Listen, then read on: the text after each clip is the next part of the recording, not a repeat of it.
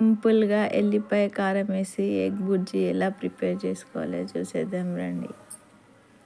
కడాయిలోకి 2 table spoon oil తీసుకొని తాలింపు గింజలు వేసుకున్న తర్వాత ఒక బిగ్ సైజ్ 2 ఆనియన్స్ చిన్నగా కట్ చేసుకొని వేసుకోవాలి. అందులోకి అల్లం వెల్లుల్లి పేస్ట్ ఫ్రై అయిన తర్వాత పసుపు తర్వాత నెక్స్ట్ టమాటోస్ సాల్ట్ వేసి టమాటోస్ సాఫ్ట్గా అయ్యే వరకు కుక్ చేసుకున్న తర్వాత టమాటోస్ సాఫ్ట్గా కుక్ అయ్యి ఆయిల్ పైనకి వచ్చిన తర్వాత ఒక 2 ఎగ్స్ బ్రేక్ చేసుకొని అందులో వేసుకోవాలి.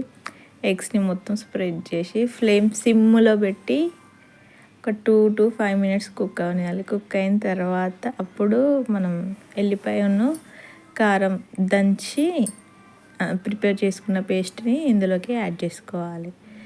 ఈ పేస్ట్ని ఈవెన్గా ఎగ్స్ పైన స్ప్రెడ్ చేసుకొని ఒక 2 to 5 మినిట్స్ కుక్ చేసుకోవాలి. ఎగ్స్ని 2 to 5 మినిట్స్ కుక్ అయిన తర్వాత తిరిగేస్తూ ఇంకొక 2 మినిట్స్ వరకు 2 సైడ్స్ అటు ఒక 2 మినిట్స్ ఇటు ఒక 2 మినిట్స్ ఫ్లేమ్ సిమ్లో పెట్టి కుక్ చేసుకుంటూ ఉండాలి. తర్వాత ధనియాల పొడి కొత్తిమీర వేసి ఒక 2 మినిట్స్ తర్వాత ఫ్లేమ్ ఆఫ్ చేసుకోవడమే. ఎంతో టేస్టీ ఎగ్ బుర్జీ రెడీ.